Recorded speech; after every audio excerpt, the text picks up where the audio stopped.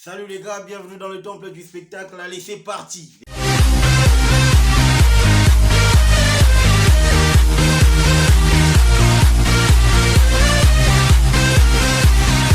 Les gars, aujourd'hui, Chelsea, sérieusement, on ne comprend plus rien avec Graham Potter. Qu'est-ce qui se passe? Qu'est-ce qui se passe? Gars, tu as tout à ta disposition. Non mais produis du beau jeu. Non mais fais quelque chose pour que l'équipe reprenne les rênes. Sérieusement, ce qu'on est en train de voir avec l'équipe de Chelsea, franchement, avant Dortmund, ça ne rassure pas du tout. Avant Dortmund, on est vraiment à la rue. Avant Dortmund, Chelsea doit faire attention. Avant Dortmund, Chelsea est vraiment à bout. Manque d'idées, manque d'abnégation, manque d'organisation, manque de discipline, manque d'envie. Et l'équipe est complètement éclatée, sérieusement, complètement éclatée. Est-ce que Graham Potter tiendra-t-il, n'est-ce pas, jusqu'à la fin de la saison? Question mark disent les Anglais. Mais ce qui est important, il faut souligner que cette équipe qu'on a vu aujourd'hui jouer face à West Ham, cette équipe-là n'est pas capable d'aller au bout en Champions League. Cette équipe-là n'est pas capable d'aller au bout en Première Ligue. Déjà, elle est éclatée en Première Ligue. Ça ne répond pas depuis que la Première Ligue a repris, ou depuis que Graham Potter a pris les fonctions, les rênes de cette équipe de Chelsea, c'est en 13 matchs, 2 victoires. En 13 matchs, 2 victoires. C'est la Première Ligue, c'est pas la Ligue 1, c'est pas la Liga où on peut se rattraper. Moindre pépin, c'est fini pour toi, la saison est finie et basta. On attend la saison prochaine. Oui, sérieusement. Le taux, n'est-ce pas, de victoire de Graham Potter avec l'équipe de Chelsea est de 41%. Non mais c'est vraiment trop bas par rapport à tous ses prédécesseurs. Oui, parce que le gars il ne réussit pas. Le gars ne réussit pas à relever le challenge. Le gars ne réussit pas à relever, n'est-ce pas, le niveau de cette équipe de Chelsea. Ce qu'on était en train de reprocher à Thomas Tuchel, que l'équipe était en train de le lâcher. Oui, on est en train de le voir avec Graham Potter. Graham Potter aussi, il est incapable de trouver une très bonne tactique. C'est chaque match, il modifie son équipe. Chaque match, il tente de faire avec un 11 différent. Chaque match, il tente de faire avec une tactique différente. C'est vrai, là, il est resté figé dans son 4-2-3-1, mais qui vraiment ne répond pas, qui vraiment ne donne pas, n'est-ce pas, goût à voir cette équipe jouer. Bon, deux fois, la première période, elle est bonne, mais la deuxième période de l'équipe de Graham Potter, elle est hyper catastrophique. Catastrophique à tous les niveaux. Alors, on va y aller avec le compo. Bien avant le compo, aujourd'hui on a eu quand même un beau match face à West Ham, l'équipe de David Moyes. Ah oui, cette équipe aussi galère comme pas possible. David Moyes, l'éternel milieu. Lui, il est là, il n'a jamais percé. Il va jamais au top. Ce genre, il est au top, il revient dans son élément. Il est très bon dans son élément. Bottom off, bottom top, c'est tout. Ça s'arrête là. C'est David Moyes avec son équipe de West Ham. Aujourd'hui, ils ont produit du beau jeu. On a vu une opposition tranquille entre l'équipe de Chelsea et de West Ham. Et c'était vraiment un derby digne d'un match de football. Le scandale, c'est l'arbitre. Sérieusement, il y a penalty sur cette action. L'action que porte Gallagher, l'action de Gallagher qui tire au but. Mais cette frappe est vraiment anéanti par la main de Soucek. Oui, sur ce coup-là, il y a penalty. Non, mais je ne connais pas les règles qu'appliquent les membres, le board, n'est-ce pas, arbitral de la Première Ligue. Parce que sérieusement, week-end après week-end, c'est les mêmes conneries. Week-end après week-end, les mêmes bêtises, les gars. Alors, on va y aller avec le compo. Graham Potter, on va commencer par le commencement. David Moyes, comme celui qui recevait, aligne dans les perches Fabianski, l'éternel vétéran, le très bon, il est ultra bon ce gardien. Koufal, Kerrer, Ogbonangelo, Naïf Aguerd, Emerson Palmieri, l'ancien de Chelsea, Declan Rice, Lucas Paqueta, Saïd Benrahma, Jarrod Bowen et Michail Antonio. De l'autre côté de Chelsea, on aligne Kepa Arrizabalaga, Reece James, Thiago Silva en tant que capitaine parce que Jorginho n'est plus, Cucurella, Enzo Fernandez, Manuel Nolima Doueke, João Félix, Loftus-Cheek, le revenant, Mikhail Mudryk, Kai Havertz. Jusqu'à présent, tout va bien. Mais là où le bas blesse, là où ça coince, c'est au niveau, n'est-ce pas, des performances. C'est au niveau de la performance parce que les flops dans ce match, on se demande, à part la comédie et les embrassades pour ses coéquipiers, qu'est-ce qu'il sait faire d'autre? Je parle de Cucurella, Marc Cucurella. Non mais ce gars, on dirait qu'il n'a pas été formé à la Masia. On dirait qu'il n'a pas été formé au Barça. On dirait qu'il n'a pas reçu la bonne éducation au Barça. On dirait que ce garçon, pendant que ces coéquipiers de l'époque étaient en train d'assimiler la matière, lui était en train d'assimiler le câlin. Ouais, sérieusement. Parce qu'on se demande comment est-ce qu'un garçon au niveau professionnel, il peut jouer de cette façon-là. C'est inadmissible. Dans cette équipe de Chelsea qu'on ait un joueur de ce calibre-là. Il n'a pas le niveau, il n'a pas le mental, il n'a pas le talent, il ne sait pas tirer, il a que des back-passes. Il ne sait pas faire le jeu, il ne sait pas organiser, il ne sait même pas où se placer. Non mais sérieusement, franchement qu'on se le dise, on a eu des joueurs nuls, c'est vrai, des Crespo, des flops, hein, des Crespo, des Robben, des different kind of players. Mais là, sérieusement, Cucurella, il touche le haut. Lui, c'est vraiment la coupe du monde de la nullité, sérieusement. On est où là avec cette équipe? On est où avec ce joueur? On en est où avec ce joueur? Sérieusement, il apporte quoi dans cette équipe de Chelsea? Je vais le massacrer aujourd'hui parce que sérieusement, je ne vois pas ce qu'il apporte. À part des back pass, oui, pour la sécurité. Mais qu'est-ce qu'il apporte offensivement, d'une manière organisationnelle? Qu'est-ce qu'il nous apporte dans l'équipe? Rien du tout, nada. Sérieusement, c'est un handicap sérieux dans cette équipe de Chelsea. Oui, c'est un handicap sérieux.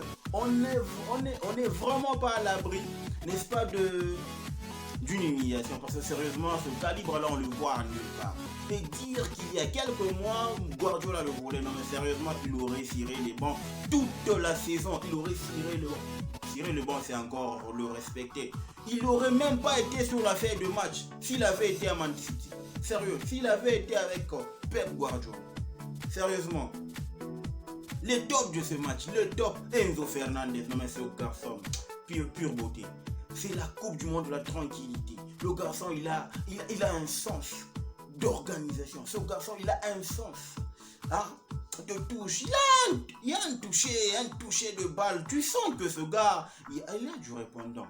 Oui, mais en combinant avec une très bonne paire, en faisant un bon partenaire, qu'il trouve un bon partenaire, N'Golo Kanté. J'attends voir cette paire-là, N'Golo Kanté et Enzo Fernandez, pour voir ce que ça va donner. Parce que sérieusement, le gars est en train de prouver à la face du monde que Chelsea n'a aucun milieu à part lui. Sérieux, on a tenté avec Loftus-Cheek. Le gars, quand il n'est pas bien entouré, il est mort. Le gars, quand il n'est pas bien entouré, il joue comme un bidon. Ce qui est sûr, c'est qu'aujourd'hui, Enzo Fernandez, il a le sens du jeu, il a la vista, il a vu la passe décisive qu'il donne à Joao Félix. Le gars, il rend meilleur ses joueurs. Il rend meilleur les attaquants. Mais sérieusement, à ce niveau-là, top performance, il n'y a aucun débat. L'équipe de Chelsea a bien joué dans l'ensemble, mis à part Kai Havertz et Marc Cucurella. Sérieusement, je ne sais pas ce qui ne va pas avec Kai Havertz. Le gars, il a une telle nonchalance. Tu sens que ce garçon, est-ce qu'il veut jouer au football ou pas? Est-ce qu'il est là pour jouer au football ou pas? Je me pose cette question, moi. Je me pose cette question. Il veut jouer au football ou pas? Parce que là, on sent qu'il est sur le terrain. C'est juste la personne. L'envie, il n'y a pas, il y a une nonchalance, laxisme, je sais pas, son implication sur le terrain, etc. Le top de mon côté, Enzo Fernandez, il est top, il a été top, génialissime dans le terrain. Reece James, top. Noni Madueke, top. On cherchait ces gens de calibre. On cherchait un gars percuteur. Il joue comme Riyad Mahrez, il provoque le défenseur. Et à l'allure où vont les choses, Raheem Sterling aura du mal à le déloger de là. Oui, sérieusement. Kepa a été bon comme d'habitude, mais il a été lâché par sa défense. Il n'y peut rien. Les top, Thiago Silva, le capitaine, il est bon. Plus il vieillit, plus il est bon. C'est comme du vin. Plus il vieillit, plus il est bon. Top performance de la part de Chelsea.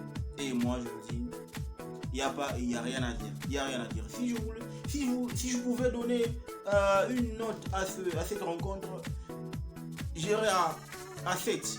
en incluant les conneries des arbitres. Oui, parce que les arbitres, que ce soit ceux de la VAR et le gars qui est au milieu, au centre, qui prend des décisions. Non mais sérieusement, tu prends des décisions sur ce coup-là. Tu donnes penalty à Chelsea. Tu essaies, n'est-ce pas, de calibrer les choses pour que la rencontre se déroule en bonne et due forme. Mais franchement là, quand tu donnes pas penalty, sérieux les gars de la VAR, sérieux. C'est gâcher la fête du football anglais. C'est gâcher la fête du football anglais. Les Anglais, ils sont bons, sauf à l'arbitrage. Là, ils font n'importe quoi. N'importe quoi. Ils respectent rien, ces gars. 7 pour moi, 8 pour être plus gentil, 8 pour la rencontre, parce qu'en termes d'intensité, on a senti que c'était le derby, on a senti que c'était la rencontre de football, et on a senti que ces deux équipes voulaient à tout prix rentrer avec les 3 points. Ouais, sérieusement, on a eu le match. Mon main of the match aujourd'hui, ce n'est pas Joao Félix. Mon main of the match aujourd'hui, si vous l'aurez deviné, c'est Enzo Fernandez. Le garçon, on l'associe avec un bon milieu de terrain qui réfléchit, qui a de la vista, qui a de la discipline, qui a le sens organisationnel. Ce petit, il est clos et ballon d'or à l'avenir. Ouais, c'est mon avis et je le partage avec vous, les gars. Je le partage avec vous. Bon, les gars, dites-moi ce que vous en pensez. Les gars, je vous réserve quelque chose. Vous avez tellement demandé. Il y a vraiment une rubrique spéciale dénommée la soupe anglaise. Dans cette rubrique, on va reprendre tous les résultats, n'est-ce pas, des champions, tous les résultats de la journée pour, n'est-ce pas, corroborer avec ce qu'on est en train de pour corroborer avec la vision de la chaîne, c'est-à-dire 100% Première Ligue, avec un accent côté Chelsea. Oui. En termes de résultats, aujourd'hui, il y a encore ce qui se joue. En termes de résultats, aujourd'hui, en ce moment même, il y a Newcastle qui est en train de jouer face à Bournemouth. La rencontre est encore au score de 0 but partout. Wolverhampton, malgré son handicap numérique, Wolverhampton est allé remporter son match face à Southampton. À Southampton, Leicester City qui broie totalement Tottenham. Non, mais on se dit, Leicester City, la première partie de la saison a été catastrophique, mais là, les gars, ils sont en train de se reprendre.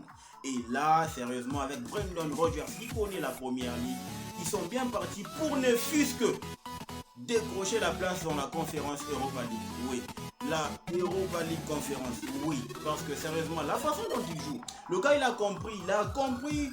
Il a fait juste des petites touches.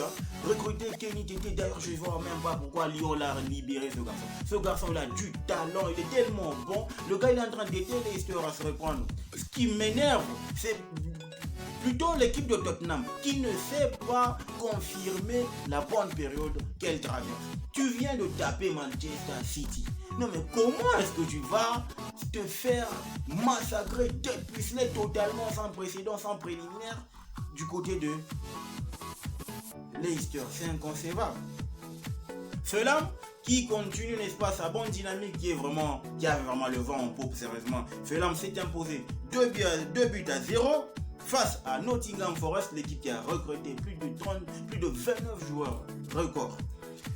Crystal Palace face à Brighton, match nul aujourd'hui. Je ne sais pas si Kaoru Mitoma a réalisé des performances, mais le gars a vraiment fait un bon match. Je ne sais pas. Mais l'équipe de Leicester s'est vraiment bien comportée. Oui, West Ham. Arsenal et Brentford. Il fallait que je finisse par là. Arsenal et Brentford. Sérieusement, cette équipe de Brentford, elle a de la grinta, elle a de l'âme, elle a de la discipline, elle a de l'envie. Sérieusement, la manière dont elle se fatigue jamais, elle n'abdique jamais, elle attaque, elle ne recule jamais. Chapeau bas à Thomas Frank qui est en train de faire un travail remarquable. Depuis plus de 3 ans, l'équipe de Brentford, c'est une équipe vraiment à éviter, à ne pas jouer. Parce qu'ils sont vraiment très coriaces dans tous les compartiments. Ils te courent, ils te harcèlent, ils te pressent. Ils sont tellement bons avec leur Ivan Toney là. Donc les gars, dites-moi ce que vous en pensez en commentaire. N'oubliez pas de remplir l'arena. Vous commencez à amasser, à entrer dans le stade. Et j'aimerais bien que nous remplissions l'arena. Aidez-moi à partager, à liker la vidéo, à la partager pour que nous soyons nombreux. Le football mérite d'être vécu. Ciao.